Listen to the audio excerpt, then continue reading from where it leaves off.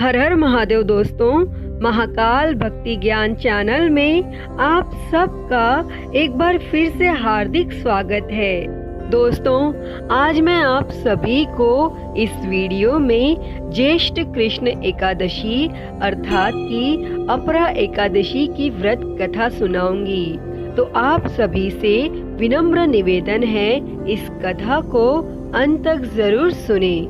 एक समय धर्मराज युधिष्ठिर भगवान श्री कृष्ण से कहने लगे कि हे भगवान, ज्येष्ठ कृष्ण एकादशी का क्या नाम है तथा उसका महात्म्य क्या है, सो कृपा कर कहिए। तब भगवान श्री कृष्ण कहने लगे कि हे राजन, यह एकादशी अचला तथा अपरा दो नामों से जानी जाती है।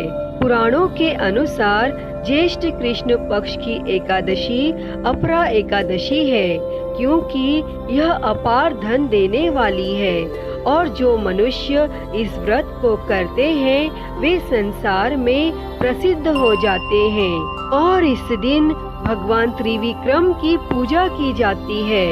अपार एकादशी के व्रत के प्रभाव से ब्रह्म हत्या, भूत योनि और दूसरे की निंदा आदि के सब पाप दूर हो जाते हैं। और इस व्रत के करने से पर स्त्री गमन, झूठी गवाही देना, झूठ बोलना, झूठे शास्त्र पढ़ना या बनाना, झूठा ज्योतिषी बनना तथा झूठा वैद्य बनना आदि सब पाप नष्ट हो जाते हैं। और जो क्षत्रिय युद्ध से भाग जाए वे नरकगामी होते हैं, परंतु अपरा एकादशी का व्रत करने से वे भी स्वर्ग को प्राप्त होते हैं। और जो शिष्य गुरु से शिक्षा ग्रहण करते हैं और फिर उनकी निंदा करते हैं वे अवश्य नरक में पड़ते हैं। मगर अपरा एकादशी का व्रत करने से वे भी इस पाप से मुक्त हो जाते हैं। तथा जो फल तीनों पुष्कर में कार्तिक पूर्णिमा को स्नान करने से या गंगा तट पर पितरों को पिंडदान करने से प्राप्त होता है, वही अपरा एकादशी का व्रत करने से प्राप्त होता है।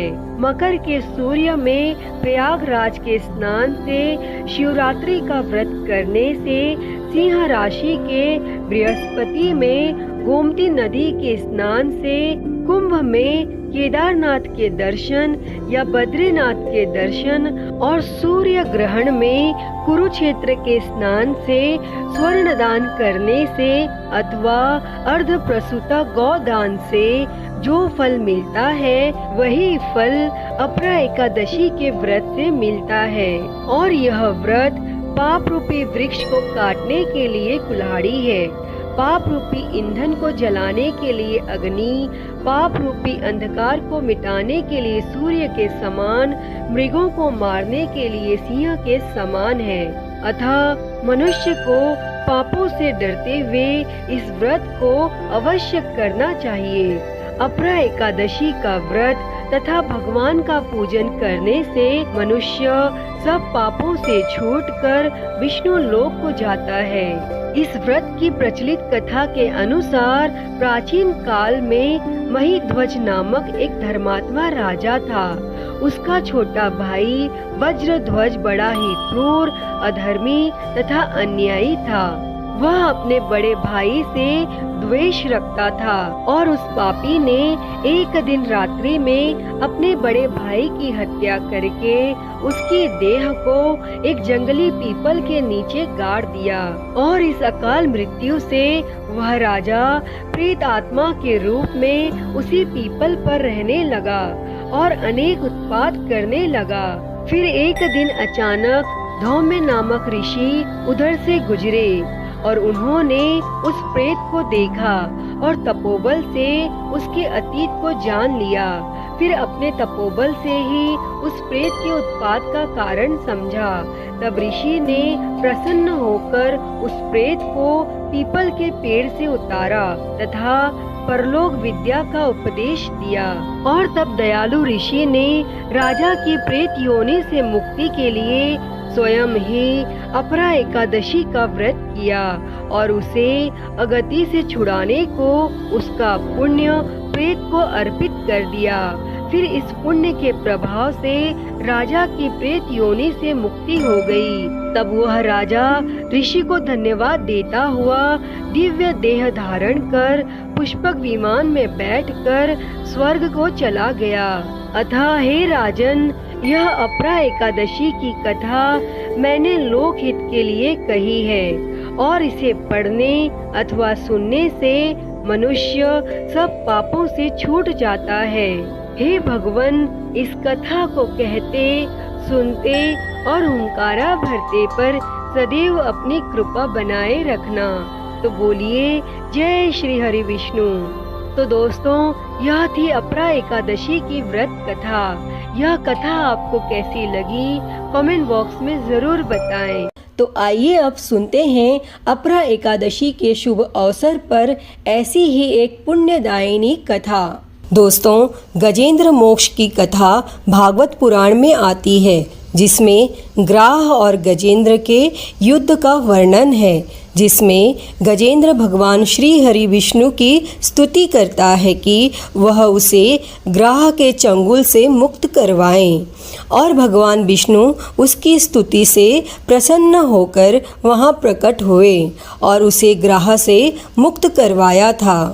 दोस्तों, कथा के अनुसार क्षीर सागर में त्रिकुट नामक 10,000 योजन ऊंचा पर्वत था।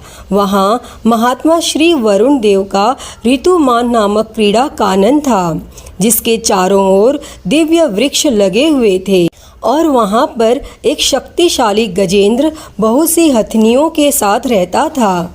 एक दिन गजेंद्र बहुत से हाथियों के साथ वहाँ स्थित सरोवर पर पहुँचा और गजेंद्र की गंध को सूंघकर सिंह, सर्प, अजगर आदि हिंसक पशु डर के मारे भाग गए और उसकी कृपा अनुग्रह में भालू, गीदड़, बंदर, हिरण आदि छोटे पशु निर्भय होकर घूमने लगे और गजराज कमल पराग से मिश्रित जल को सूंघता हुआ जलाशय में प्रवेश कर अमृत के समान जल को पीने लगा और उसके पश्चात थकावट को दूर करने के लिए अपनी सूंड में जल भरकर अपनी देह पर डालने लगा और अन्य हाथियों के साथ जल क्रीड़ा करने में मग्न हो गया और देवयोग से उसी जलाशय में रहने वाले बलिग्राह ने उसका पांव पकड़कर गहरे जल में खींच लिया। गजराज की सहायता करने के लिए अन्य हाथी हथनियों ने उसे खींचा,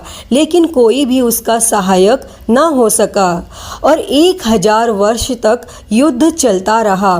कभी गजेंद्र ग्राह को खींच लेता तो कभी ग्राह गजेंद्र को पानी में अंदर की ओर खींच लेता, लेकिन ग्राह जल में रहने के कारण ज्यादा बलवान हो गया और गजराज निर्बल हो गया। लेकिन जब ग्राह ने गजेंद्र को गहरे पानी में खींच लिया तो गजराज ने भगवान श्री हरि विष्णु का स्मरण किया और गजेंद्र कहने लगा कि आपके कारण देहधारियों में चेतना है और करुणा रूप में सब में आप विद्यमान हैं। प्रभु, आप मेरी रक्षा करने वाले, अज्ञानियों के अज्ञान को दूर करने वाले, आप अंतर्यामी और सब में विद्यमान हैं और आप ग्राह से मेरी रक्षा करें। हे नारायण, मुझे मुक्त करने के लिए प्रकट हो। मैं इस ग्राह से छूटकर भी जीना नहीं चाहता। मुझे इस मूढ़ योनि से छुड़ाने के लिए प्रकट हो। हे प्रभु, मैं आपकी शरण में आया हूँ, मेरा उद्धार करें। और तब इस प्रकार गजेंद्र की स्तुति सुनकर नारायण भगवान प्रसन्न हुए और गरुड़ पर बैठकर वहां पहुँचे जहां गज और ग्राह में युद्ध हो रहा था। भगवान नारायण को देखकर हाथी ने सूंड में एक कमल लेकर नारायण भगवान को नमस्कार किया और भगवान ने ग्राह से ग्रसित हाथी को सरोवर से खींचकर एक चक्र द्वारा ग्राह के मुंह को फाड़ दिया और गजेंद्र को बचा लिया। और यह सब देखकर सभी देवताओं ने फूलों की वर्षा कर श्री हरि भगवान विष्णु की स्तुति की। ग्राह पूर्व जन्म में हुहु नामक एक गंधर्व था जो कि देवल ऋषि के श्राप के कारण ग्रह के रूप में पैदा हुआ था और इस पाप से मुक्त होकर वह फिर से गंधर्व बन गया। दोस्तों, गजेंद्र पूर्व जन्म में पांड्य देश में इंद्रधुम्न नाम का विष्णु भक्त राजा था। एक बार जब वह राजा मलय पर्वत पर तपस्या कर रहे थे तो तब अगस्त्य मुनि वहां पहुंचे और तप में लीन राजा को अगस्त्य ऋषि के आने का आभास न हुआ और अतिथि सत्कार के अभाव होने पर ऋषि ने राजा को पशु योनि में जन्म लेने का श्राप दिया। लेकिन भगवान श्री हरि विष्णु की कृपा से इस योनि में भी उसे पूर्व जन्म का ध्यान बना रहा और वह भगवान विष्णु की कृपा से अपने श्राप से मुक्त हो गया। दोस्तों, विष्णु भगवान की कृपा प्राप्त कर वह भगवान विष्णु जी का पार्षद बन गया और भगवान श्री हरि विष्णु के लोक पहुंच गया। दोस्तों, गजेंद्र मोक्ष की कथा सुनने से गजेंद्र की ही तरह संसार से छूटकर भगवान विष्णु के लोक को प्राप्त होता है। हे श्री हरि नारायण भगवान जी, जैसी कृपा आपने गजेंद्र पर करी वैसी ही कृपा गजेंद्र मोक्ष की इस कथा को सुनने, कहने और हुंकारा भरने वाले पर सदैव करना। तो बोलिए जय श्री हरि विष्णु। तो दोस्तों, यह थी गजेंद्र मोक्ष की कथा। दोस्तों, अगर वीडियो पसंद आई हो तो प्लीज़ इसे लाइक करें, शेयर करें, कमेंट में जय श्री हरि विष्णु लिखना ना भूलें और महाकाल भक्ति ज्ञान चैनल में अगर आप नए हैं तो इस चैनल को सब्सक्राइब कर नोटिफिकेशन बेल को ज़रूर ऑन कर लें। हर हर महादेव। धन्यवाद।